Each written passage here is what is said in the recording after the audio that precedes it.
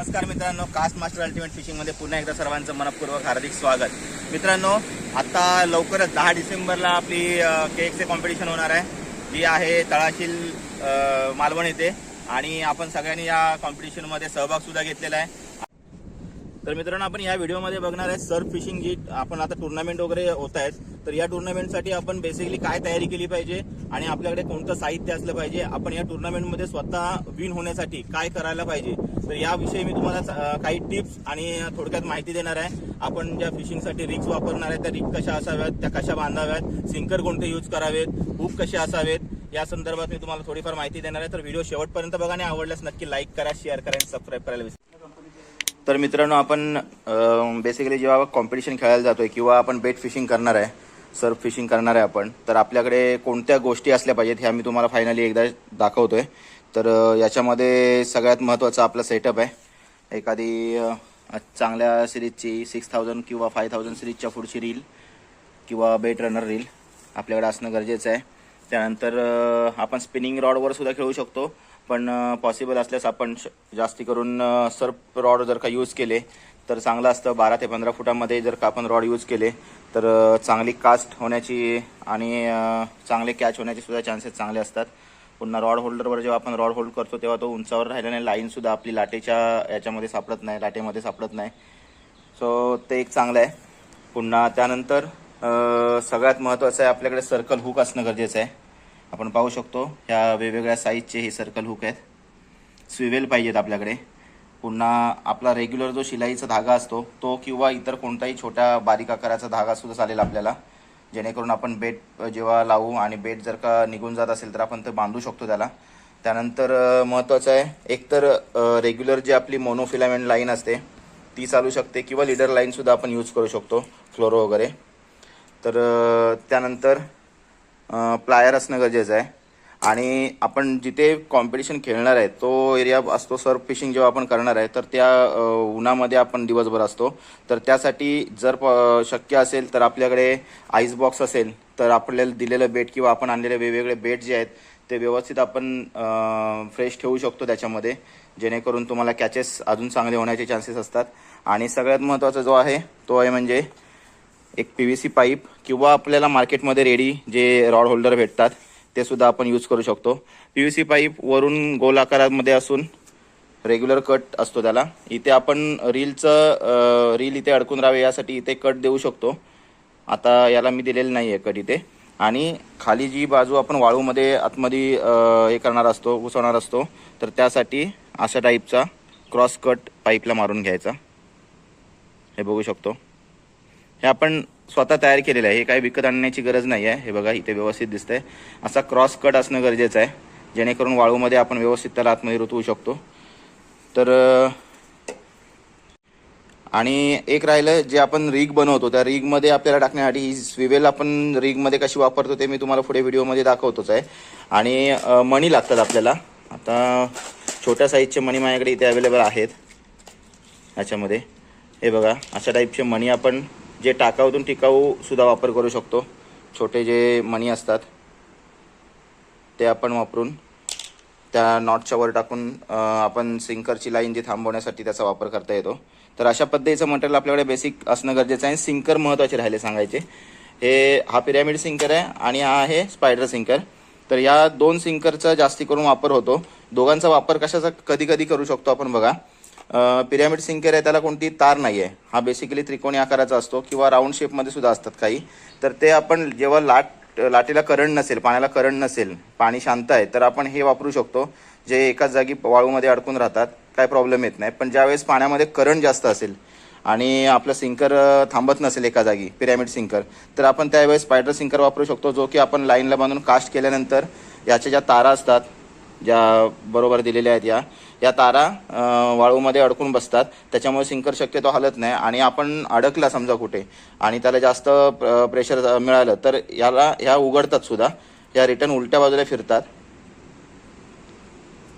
हे बघा, ह्या अशी ओपन होते दोन्ही बाजूची तार आणि हा सिंकर एकदम अलगद इझिली निघून येतो बाहेर. त्यामुळे हा सिंकर सर्फसाठी एकदम बेस्ट ठरतो कधी. पण आपण दोन्हीपैकी कोणतेही यूज करू शकतो. तर एवढं साहित्य आपल्याकडे असेल तर आपण बिंदास कॉम्पिटिशन खेळू शकतो. तर बेट फिशिंगसाठी आपण आता ही रीग बनवतोय. ही एकदम सिंपल आणि साधी रीग आहे. आपण नॉर्मल जसं सगळ्यात पहिलं काय करायचं आहे, आपल्या लाईनला स्विवेल बांधून घ्यायची आहे. स्विवेलची नॉट तुम्ही तुमच्या पद्धतीने मारू शकता कोणतीही. आता मी ही सोपी नॉट दाखवतो. एक मेन लाईनला मी एक राऊंड गोल फिरवला, हा दुसरा राऊंड गोल केला आणि ही त्याच्या खालून बाहेर काढून घेतली. थोडक्यात 2 राऊंड मारले मेन लाईनला, रिटर्न फिरवलं आणि ओढून घेतलं. हे बाहेरच ओढलं आणि आता मी हे टाईट करतोय. ही नॉट एकदम परफेक्ट बसते. फक्त थोडीशी प्लायरने तिला टाईट करून घेऊया.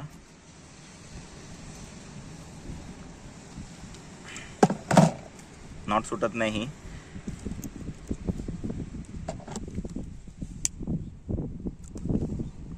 सगळ्यात महत्त्वाचं ही जी आपली नॉट आहे ही मारून झाली की त्याच्यानंतर आपण याच्यामध्ये आणखी एक स्विवेल आणि एक मनी ॲड करायचं आहे. याचा वापर आपण रनिंग सिंकरसाठी करणार आहे. ही एक स्विवेल टाकली मी आतमध्ये, म्हणजे एक स्विवेल आपण बांधली आणि ही एक्स्ट्राची स्विवेल फ्री टाकून ठेवली आणि त्याच्यानंतर तिला लॉक करण्यासाठी एक मनी टाकलाय. एवढं टाकून घेतलं आतमध्ये आणि त्यानंतर आपण आपला जो सर्कल हुक आहे, आपण कॉम्पिटिशनसाठी सर्कल हुकच यूज करायचं आहे. ज्याचं टोक हे आतमध्ये बेंड असतं. याचं शेप वेगवेगळ्या पद्धतीने आपल्याला बघायला मिळेल. काही राऊंड शेपमध्ये असतात, अजून काही जे हुक टाईपच असतात, फक्त त्याचं हे शेवटचं जे टोक असतं समोरचं त्यातल्या बाजूला बेंड असतं. आता आपण याला सुद्धा नॉट मारायचे. याला वेगवेगळ्या नॉट मारता येतात वेगवेगळ्या पद्धतीने, पण ही एक सोपी वाटते ती मी तुम्हाला दाखवतो. लाईन आतून बाहेर काढून घेतली आणि जरा जास्त लाईन बाहेर काढली आणि हा राऊंड करून घेतला. काय केलंय, लाईन आतून बाहेर काढली, एक्स्ट्राची लाईन पकडली आणि हा फक्त राऊंड करून घेतला. आता ह्या दोन्ही लाईनची टोकं मी इथे पकडली आणि ही जी लाईन आहे ही लाईन आपण या हुकच्या बाजूने एक 6 ते 7 वेळा फिरवून घ्यायची. 1 2 3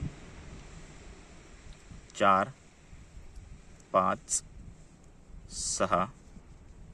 6 वेळा फिरवले मी. आणखी एकदा फिरवतो. 6 ते 7 वेळा फिरवल्यानंतर आपली नॉट एकदम परफेक्ट बसते.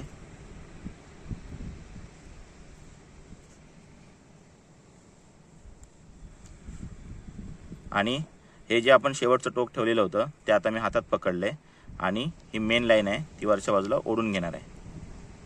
ही ओढण्यासाठी सोपं जावं यासाठी आपण याला थोडंसं पाणी लावून ओलं करून घेतलं तर एक नॉट मित्रांनो टाईट करताना मात्र प्लायरचा वापर करा आणि लाईन सुटणार नाही याची काळजी घ्या, नाहीतर हुक आपला असं टाईट करताना हातामध्ये जाऊ शकतो. आपण पाहू शकतो फायनली ही नॉट आपली कशी बसले. एकदम व्यवस्थित ही नॉट बसली.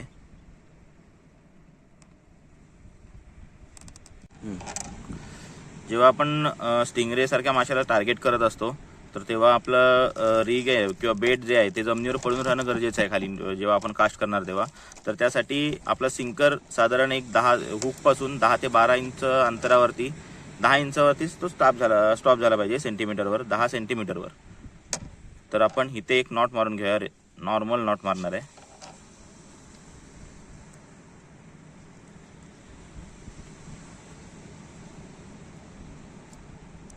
असं 3 वेळा मी बाहेर हे करून घेतलं, लाईन गोल केली आणि तेवढ्याच अंतरावरती ती टाईट करून घेतोय.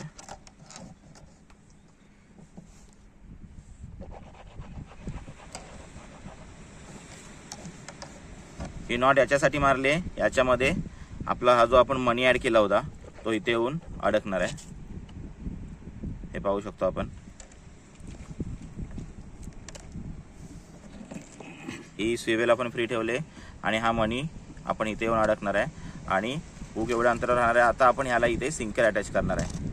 या लाईनला इथून आपण स्विवेलला सिंकर अटॅच करायचं आहे, जेणेकरून आता आपण हा सिंकर याला अटॅच करून घेणार आहे. सिंकर अटॅच करण्यासाठी काय करायचं आहे, या स्विवेलच्या एका टोकाला आपण रेग्युलर सिंकर हा बांधायचा आहे. बघा साधारण एवढा डिस्टन्स ठेवला तरी चालू शकतोय, जेणेकरून अडकणार नाही. पाण्यात पडल्यानंतर हे असं राहील सिंकर आणि आपली लाईन इथून फ्री राहील जमिनीवर. त्या पद्धतीत मी नॉट मारून घेतोय. ही नॉट पण सिंपल एकदम. मेन लाईन अशी पकडली यू करून, हा एक राऊंड केला, दुसरा राऊंड, असे 2 राऊंड करून घेतले लाईनचे. आता टोक खालून वर काढून घ्यायचं बाहेर. दोन्ही लाईन हातात पकडायचे आहेत आणि ओढून घ्यायचे आणि नंतर ती लाईन फिक्स करून ठेवायची. अशा तऱ्हेने आपला नॉट ती फिक्स झाली. एक्स्ट्राची लाईन कट करून घेतो.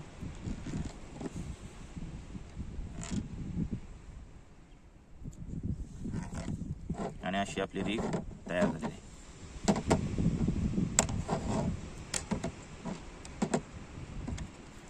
याचा फायदा हा होणार आहे, जेव्हा सिंकर आपला पाण्यामध्ये याच्यामध्ये पडतो तर हा खाली अडकून राहतो सिंकर वाळूमध्ये आणि आपली लाईन या स्विवेलमुळे पूर्ण फ्री राहते मेन लाईन. त्यामुळे बारीकात बारीक माशाने जरी आपल्याला स्ट्राईक दिली तरी आपल्याला पटकन समजते. सिंकर पूर्ण फ्री आहे. हे बघा, सिंकरचा लोड लाईनवर नसणार आहे, लाईन आपली खाली असणार आहे. दुसरी रीग आपण अशी बनवतोय. मेन लाईन जी आपण वापरणार आहे त्याच्या ठराविक अंतर एक साधारण 1-1.5 फूट लाईन पुढे घ्यायची सोडून. त्याच्यानंतर लाईन पकडायची आहे आणि लाईनला फक्त असं अपोजिट बाजूला पीळ मारायचं आहे. असं अपोजिट बाजूला फिरवून बोटानेच फिरवायचं आहे आणि पीळ मारून घ्यायचं आहे. पीळ बसतोय की नाही हे तुम्हाला कळणार आहे. हे दोन्ही मी जवळ आणलं की तुम्हाला कळेल. हे बघा, पीळ बसतोय. असं पीळ बसलं पाहिजे. हा अजून आपल्याला मारून घ्यायचं आहे पीळ. जास्तीत जास्त फिरवून घ्यायचं.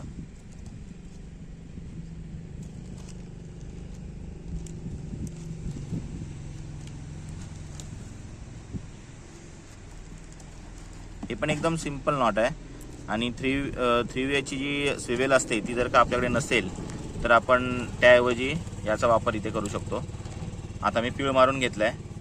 आता फक्त जस्ट हे जवळ आणलं की ही अशा पद्धतीने लाईन एकमेकाला गुंडाळली जाते. साधारण ही पण लाईन मेन आपण जी नॉट करणार आहे तिथून 6 ते 7 इंच 8 इंचापर्यंत आपण ठेवू शकतो. ही अशी ट्विस्ट झाली पाहिजे लाईन अशा पद्धतीमध्ये. आता काय करायचं आहे, आता ह्या 2 लाईन ज्या आहेत आपल्या हातामध्ये ह्याचा सर्कल असं करून घेतलं दोन्ही बाजूने आणि हातामध्ये पकडली ती लाईन. एक मिनिट, हे दुसरं टोक पकडून ठेवायला. जस्ट सर्कल करून घेतलंय आणि आता काय करायचं आहे, हे एकमेकाभोवती पीळ मारून घ्यायचे त्यांची.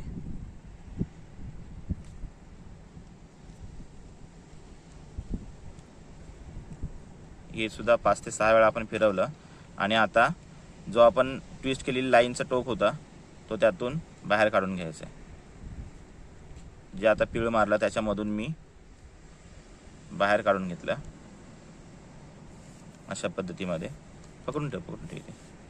आणि हे आता फक्त टाईट करायचं आहे. सोड. अशा पद्धतीमध्ये आपली ही 3 वेव्ह स्विवेल जी असते त्या पद्धतीमध्ये आपली नॉट तयार झाली. आपण दोन्ही बाजूने टाईट केलं. ही नॉट शक्यतो सुटत नाही. हे बघा, आता टाईट बसल्यानंतर याला काय करायचं आहे, इथे आपण जो हुक आहे आपला सर्कल हुक तो आपण इथे अटॅच करू शकतो. साईजनुसार आपल्याला जर का हुक चेंज करायचे असतील, लहान मोठे लावायचे असतील तर आपण ह्या रिगचा वापर करू शकतो. आता मी ही लाईन ह्यातून बाहेर काढून घेतली आणि शेवटच्या टोकातून हुकमधून पुन्हा पास करून घेतली. ऑटोमॅटिक ह्याची इथे नॉट बसणार आहे. डायरेक्ट असं ठेवलं तरी चालणार आहे. आपला हुक अटॅच झाला आहे. आता आपण ह्याला या शेवटच्या टोकाला इकडे सिंकर अटॅच करणार आहे आणि एक बाजूला दुसऱ्या टोकाला आपण स्विवेल लावून आपल्याला पाहिजे तशी रीग तयार करून घ्यायची.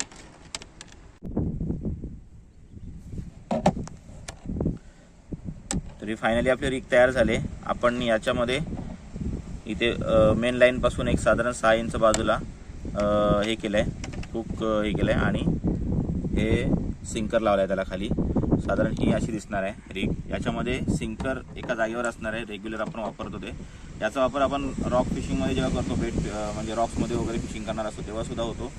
जेणेकरून सिंकर खाली राहतो, लाईन वर राहते, हुक वर राहतो, त्यामुळे वरचे फिरणारे मासे लगेच टार्गेट करता येतात त्याच्यावरती. आणि दुसरी रिग जी आपण बनवली होती ती अशी होती, त्याच्यामध्ये आपला मेन लाईन जी आहे ती सिंकरपासून पूर्ण फ्री राहणार आहे. बघा, हे जे हुक अटॅच असणारी लाईन आहे ती या आपण स्विवेलमधून पूर्ण फ्री ठेवले, म्हणजे आपला सिंकरचं वेट अजिबात ह्या लाईनवर नसणार आहे. अशा ह्या दोन्ही रिग आपल्या रेडी आहेत. आता आपण फिशिंगसाठी ट्राय करून बघूया कोणत्या रिगला मस्त रिझल्ट होतो बघूया. माझी फेवरेट ही रिग आहे, ज्याच्यामध्ये सिंकर रनिंग सिंकर असतो, लाईनमध्ये सिंकर फ्री राहतो पूर्ण. त्यामुळे याच्यावर बारीक माशाने जरी स्ट्राईक दिली तरी पटकन समजते आणि सगळ्या कॅच करणं शक्य होतं आपल्याला. त्यामुळे माझी स्वतःची फेवरेट ही आहे, मी जास्त करून ही रिग वापरतो. अरे चले, बेट घे, बेट इथं आहे, घेऊन ये, आम्ही जातो तोपर्यंत पुढे. व्हिडिओ बघून ज्याला बक्षीस लागेल त्याने अर्धा मला द्या. तर मित्रांनो, प्रत्यक्ष कास्टिंग आणि त्यानंतरच्या काही महत्त्वाच्या टिप्स आपण पाहूया भाग 2 मध्ये. तर पाहायला विसरू नका, याच व्हिडिओचा पार्ट 2 लवकरच येत आहे.